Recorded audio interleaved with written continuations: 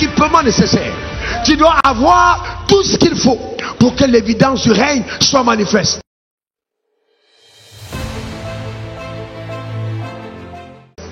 À celui qui croit. Si tu crois que les ressources viennent de l'Europe, tu resteras dans la pauvreté.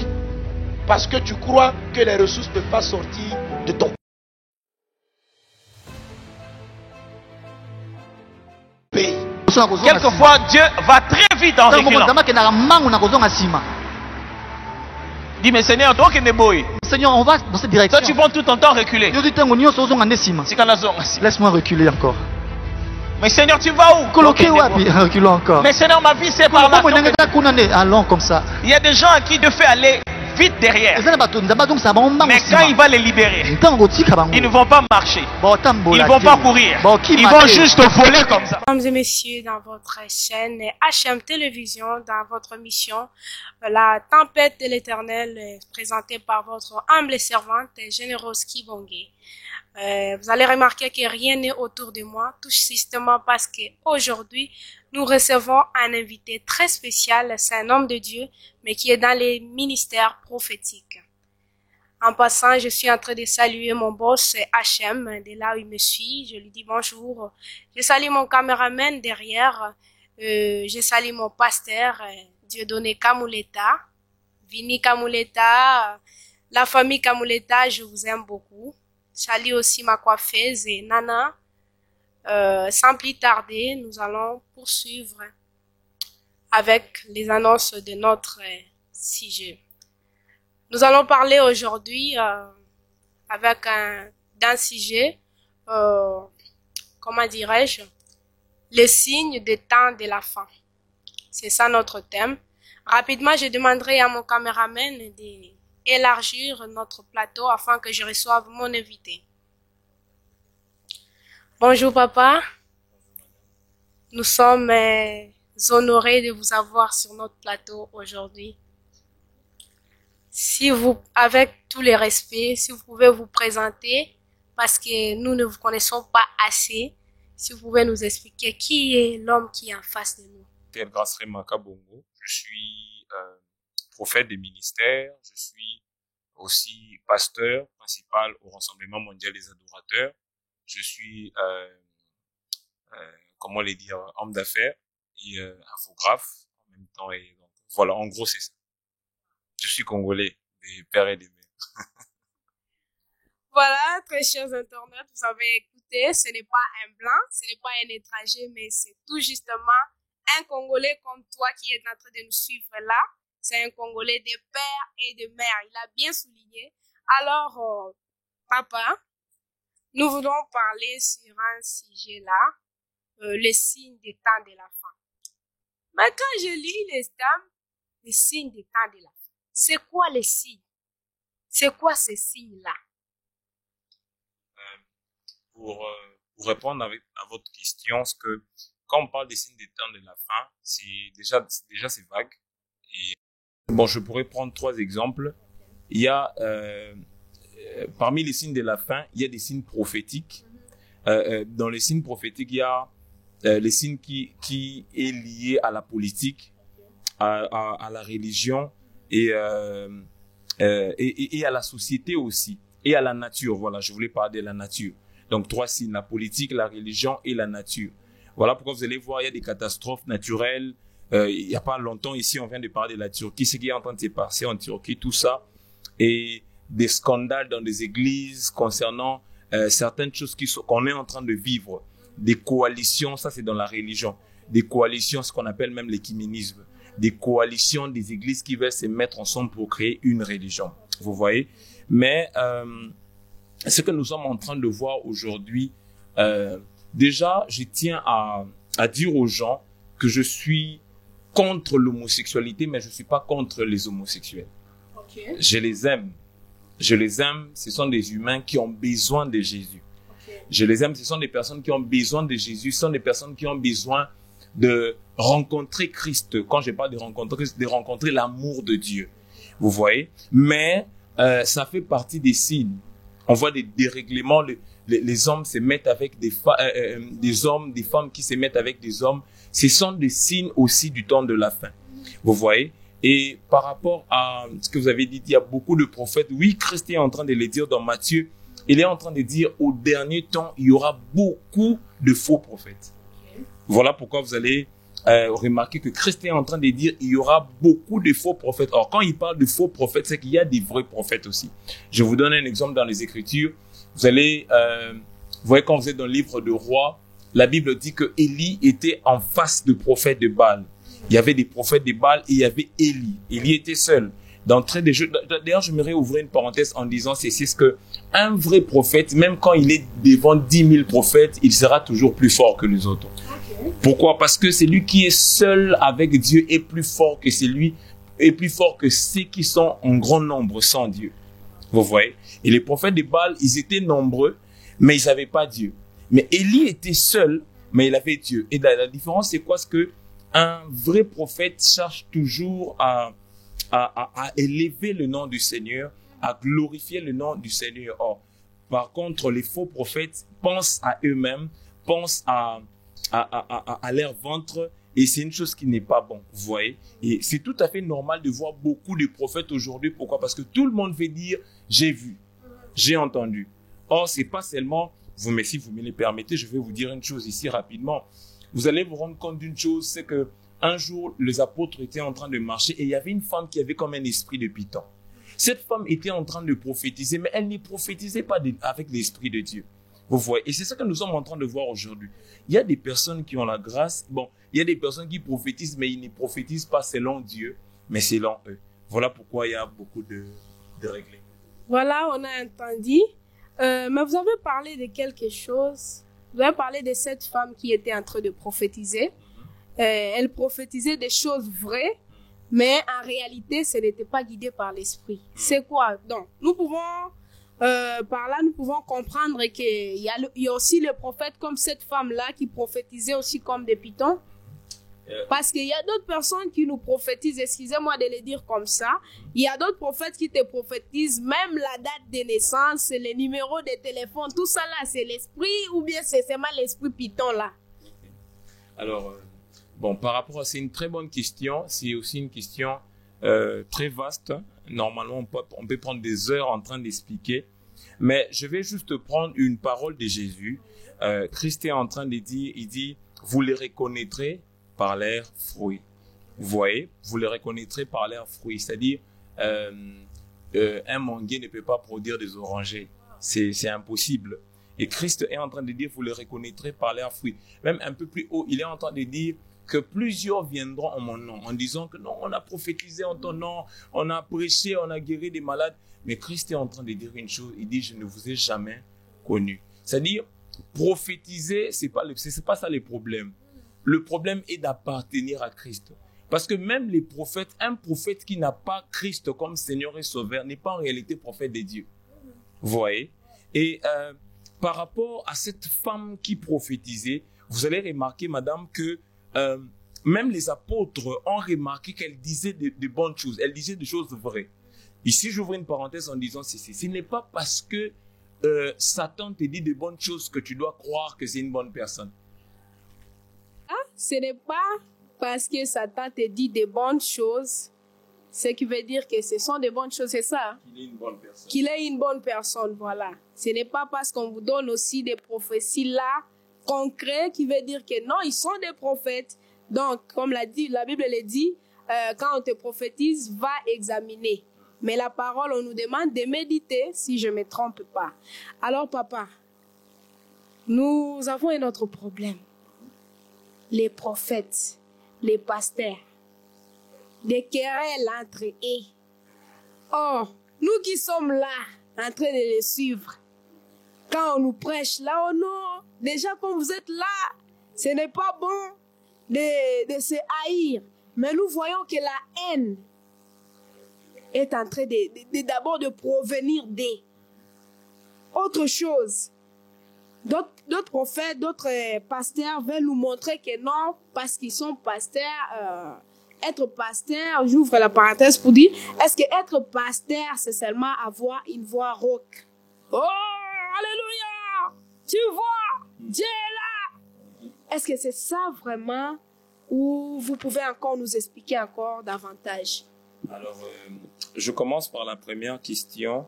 Vous étiez en train de parler par rapport aux querelles qui se vit parmi les hommes de Dieu, parmi les servants de Dieu. Alors, excusez-moi, papa. Oui, maman. Il y a même le prophète et les pasteurs qui sont en train hein? Comment? C'est jeter des jetons, hein?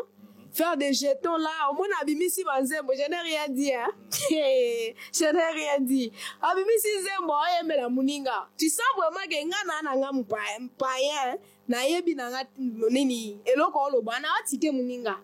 Alors, ça aussi, c'est dans la Bible ou bien c'est eux-mêmes ne basali yango? Parce que la Bible dit, n'ajoutez pas et ne retrachez pas. Ça aussi, est-ce que c'est en 2023 qu'on a ajouté cette chose-là? Déjà, pour être...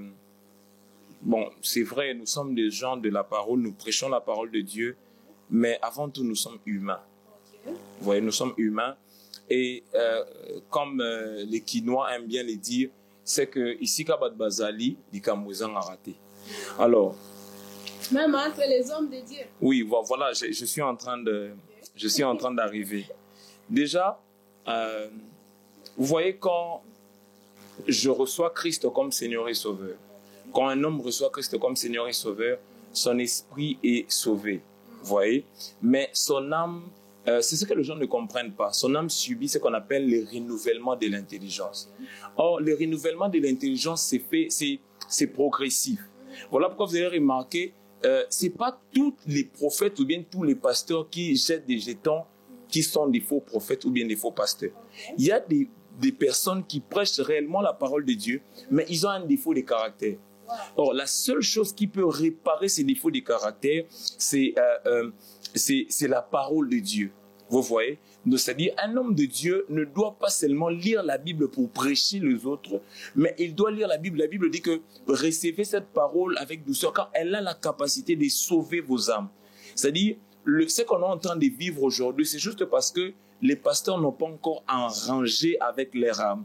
Ils ont encore de la haine, parce que le travail de la parole, un homme de Dieu n'enseigne pas seulement les autres, mais il doit lire pour que le Saint-Esprit les brise aussi. Un homme de Dieu a besoin d'avoir un bon caractère. Un homme de Dieu a besoin de respecter l'autre. Vous voyez? Parce... Sous l'orgueil, papa. Voilà. Voilà. Et... Vous voyez des hommes de Dieu là, parce que tu es pasteur, tu dois être accompagné par des gardes. À vous-même.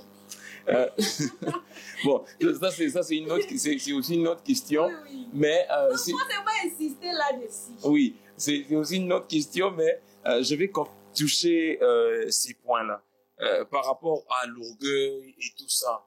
Vous voyez, l'esprit que nous avons reçu, c'est pas un esprit orgueilleux. Le Saint-Esprit n'est pas orgueilleux. Parce que si le Saint-Esprit était orgueilleux, j'aime beaucoup le Saint-Esprit. J'aime beaucoup le Saint-Esprit. Si le Saint-Esprit était orgueilleux, il n'allait jamais accepter d'habiter dans des personnes, dans des hommes qui vivent encore dans les péchés. Vous voyez comme nous sommes là, je suis pas parfait, moi qui vous parle. Mais si le Saint-Esprit a accepté, vous voyez, comment vous pouvez imaginer ça? Un Dieu, parce que le Saint-Esprit est Dieu. Il est pur, il est parfait, il est admirable, il est omniprésent, omniscient, mais il a accepté de vivre dans un corps comme la mienne. C'est une grâce, c'est une faveur. Et si Dieu n'a pas vu cela, il ne m'a pas jugé comme étant sale, comme étant pécheur. Moi, je pense que pour faire la paix avec les hommes de Dieu doivent s'accepter aussi.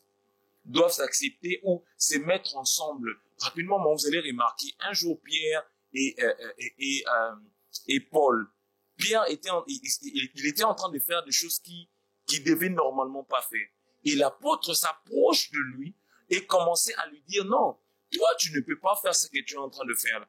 Et c'est une chose qui manque à ma génération. C'est lui qui fait des remarques, doit venir avec douceur. C'est lui qui reprend l'autre, doit venir aussi avec humilité. Et c'est lui qui écoute, ne doit pas s'enflammer d'orgueil pour dire, ah, pourquoi lui peut me parler comme ça? Donc, moi, je pense que c'est comme ce que la Bible dit, l'humilité précède la gloire. Donc, il suffit juste d'être humble et Dieu le fera grâce. Voilà, nous avons entendu. Il suffit juste d'être humble et Dieu nous fera grâce. C'est ça. Il suffit juste d'être humble. Soyons humbles. L'humilité précède la gloire, s'il vous plaît. L'humilité précède la gloire. Rapidement, papa, j'ai examiné le sujet, le signe des temps de la fin. Mais c'est quoi cette fin-là? La fin. C'est quoi? Ça pèse un peu, hein? Ça pèse tellement et ça fait peur. C'est quoi cette fin? Par rapport au signe du temps de la fin, les signes du temps de la fin doivent normalement beaucoup plus inquiéter les personnes qui n'ont pas Christ comme Seigneur et Sauveur. Doivent normalement inquiéter les païens. Vous voyez? Et ici, j'ouvre une petite parenthèse pour dire aux téléspectateurs, aux personnes qui sont en train de nous suivre, c'est que si tu nous suis en ces moments et que tu n'as jamais reçu Jésus comme Seigneur et Sauveur dans ta vie, reste jusqu'à la fin. Parce qu'on va faire un appel et tu vas recevoir Christ dans ta vie, parce que c'est très important. Alors, pour nous chrétiens, c'est une grande joie. C'est vraiment une très grande joie. Je suis obligé de l'expliquer. Vous voyez, dans le mot salut, le salut intervient en 3 étapes. Le salut dans le passé, dans le présent et dans le futur. Dans le passé, autrefois, on vivait comme des gens errants, comme des pécheurs, tout ça. On était des pécheurs, vous voyez. Et le salut de Dieu est venu vers nous. Christ est venu vers nous. Et la Bible dit qu'il est venu chez les siens, mais les siens ne l'ont pas accueilli. Mais à tous ceux qui l'ont reçu, il leur a donné le pouvoir de devenir enfants de Dieu. Nous avons accepté Christ, nous sommes devenus enfants de Dieu. Comme nous sommes là en train de parler, nous sommes dans les saluts, nous vivons les saluts. Et dans le mot salut, il y a la sécurité, il y a la guérison. Vous voyez, il y a certaines choses, tu es en train de traverser les macadams, mais on a tamponné quelqu'un d'autre là-bas, mais toi, on t'a pas tamponné. Peut-être tu peux te dire que non, chance, non. Déjà, la chance n'est pas un mot chrétien. Vous voyez, on parle de la grâce. Et c'est dans ces mots salut qu'on trouve même la sécurité. Alors, le salut nous garde dans les présents. Mais quand maintenant Christ reviendra, c'est comme maintenant on parle du temps de la fin. Quand maintenant Christ viendra, il viendra maintenant nous ravir ou bien nous sauver de ce qu'on appelle de la présence du péché. C'est-à-dire, c'est quand nous allons aller là-bas au ciel avec les anges. C'est même une chanson qu'on chante, j'irai là-haut parmi les anges. C'est-à-dire, nous allons aller chez Christ, vous voyez. Et les temps de la fin, si je vais les dire comme ça, c'est que nous sommes déjà dans les temps de la fin. Maintenant là, nous sommes déjà dans les temps de la fin.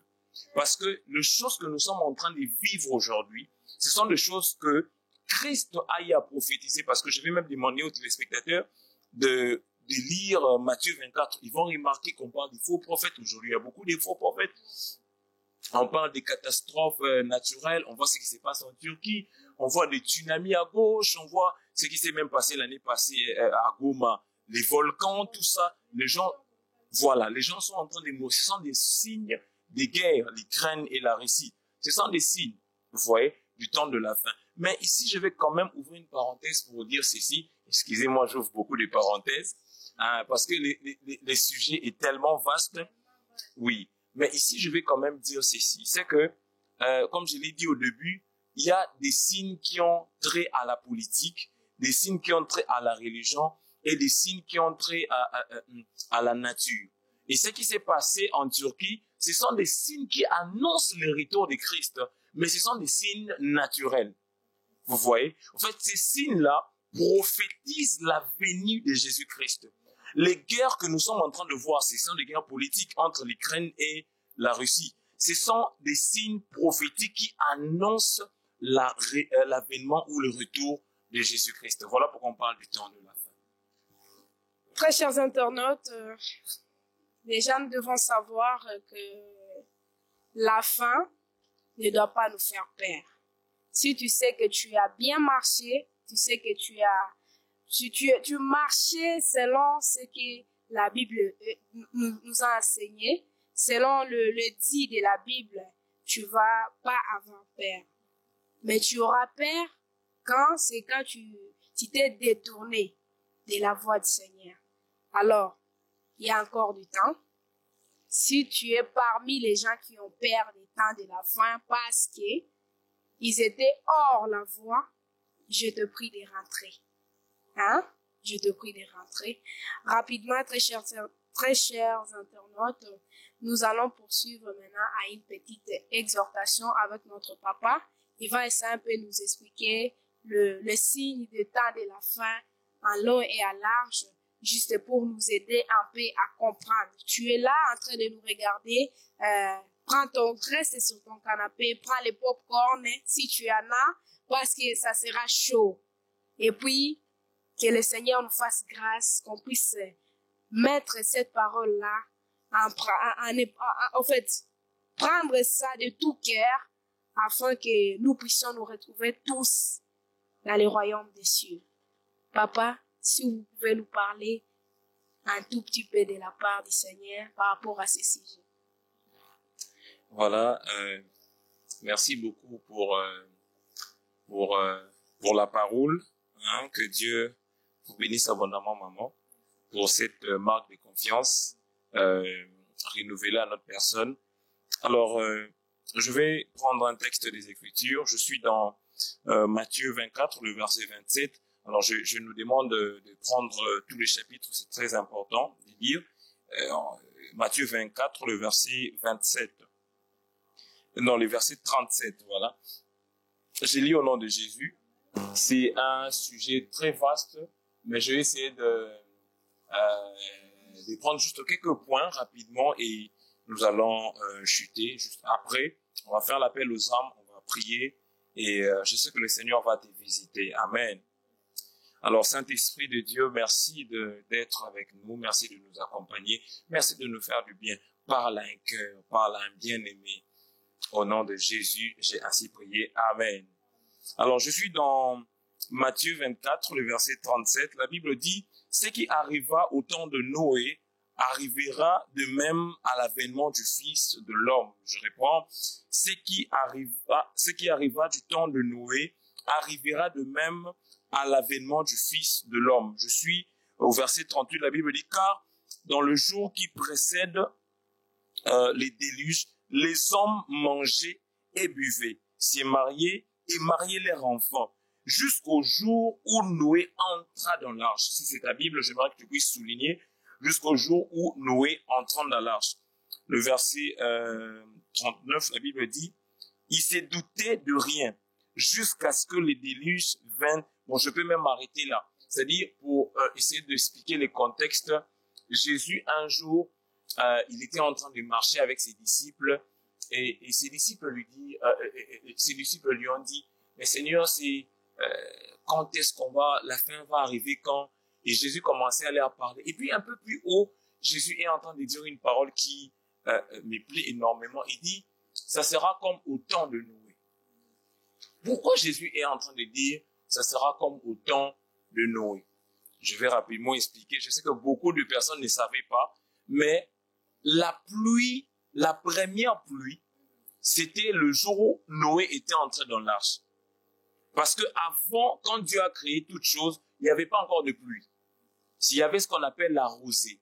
La rosée, c'est différent de la pluie. La rosée venait que le matin, apportait juste une fraîcheur. Et du coup, les humains ne connaissaient pas, à cette époque-là, ne connaissaient vraiment pas ce qu'on appelle la pluie.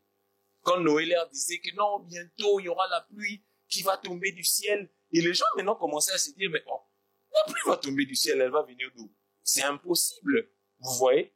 C'est comme aujourd'hui, on est en train de dire que Jésus revient bientôt, mais les gens disent, ah, nous avons les nabis noana, depuis vous avez commencé à dire que Jésus revient bientôt. Or, quand vous rentrez dans l'Ancien Testament, dans Genèse, ces gens-là ne croyaient pas à la pluie, ne croyaient pas ce que Noé disait. Quand Noé leur disait que bientôt il y aura la pluie, bientôt il y aura, Dieu va ouvrir les écluses du ciel, la pluie va descendre, les gens ne croyaient pas parce qu'ils n'ont jamais vu ça. Je vais vous donner un exemple ici. Maman, est-ce que tu as déjà vu le vent?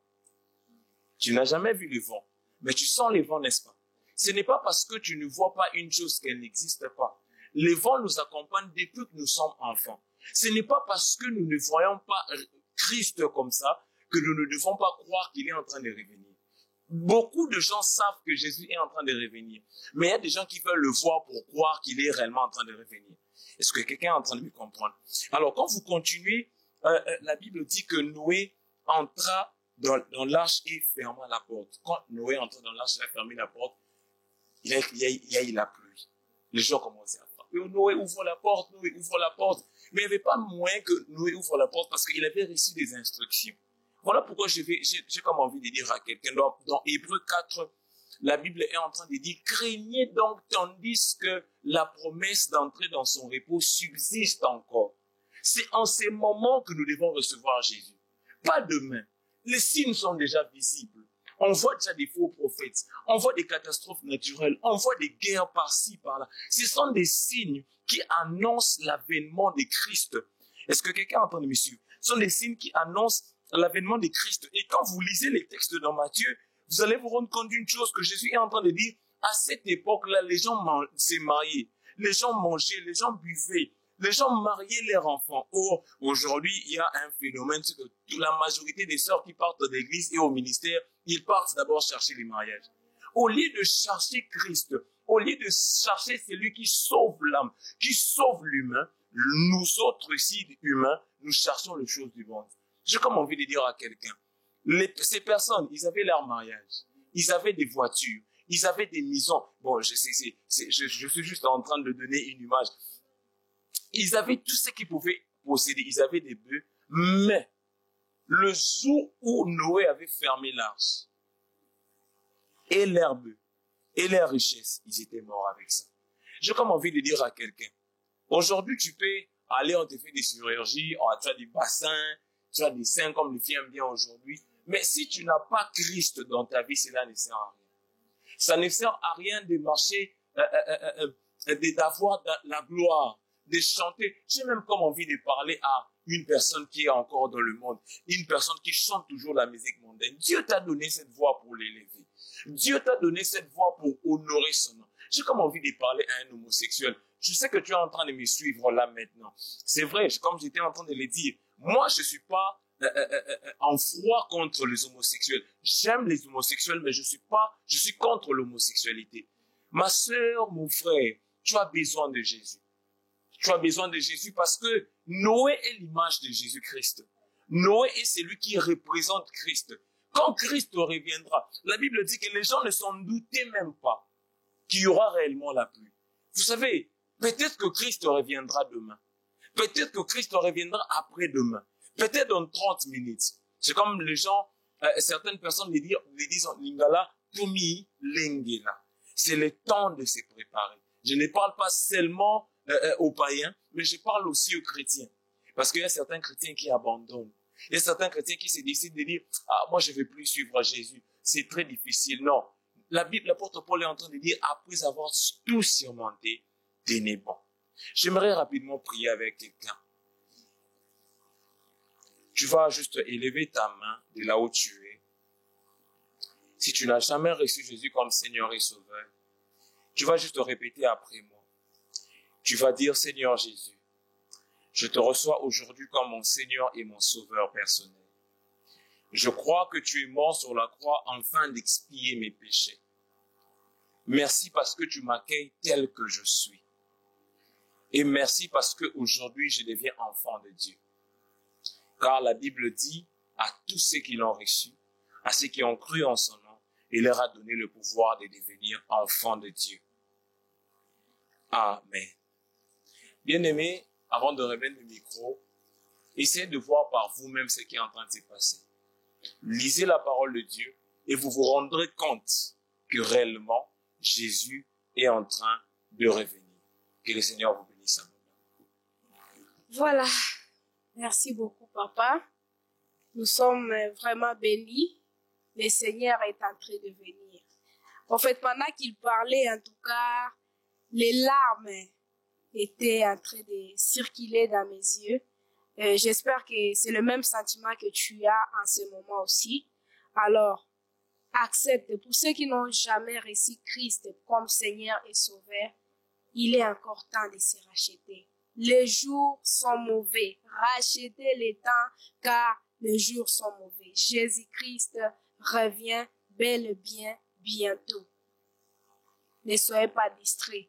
Ne vous laissez pas séduire par la richesse de ce monde. Tout cela va passer. La Bible dit que tout passera, mais la parole de Dieu ne passera jamais. Alors, ne rate pas cette occasion. Toi qui es en train de me suivre, ne rate pas cette occasion. Accepte-les. Il n'est pas exigeant. Il ne demande pas que tu sois propre pour venir. Prenons l'exemple de l'enfant prodigue.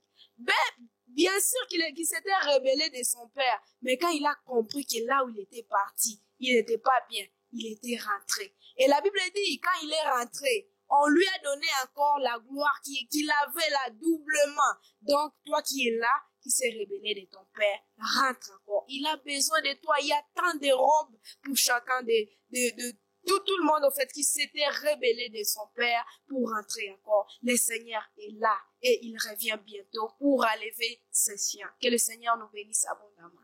Je suis là à la fin. C'était là notre numéro avec le prophète El Rema. Nous espérons nous revoir encore bientôt. Je suis certaine qu'il y aura des questions. Pour ceux qui n'ont pas compris, il y aura des questions. Juste dans les commentaires, laissez vos questions et avec la gloire de Dieu, plaise à Dieu, nous pourrions revenir encore avec l'homme de Dieu. Pourquoi pas? Pour répondre encore à ces questions-là. Que le Seigneur nous bénisse abondamment.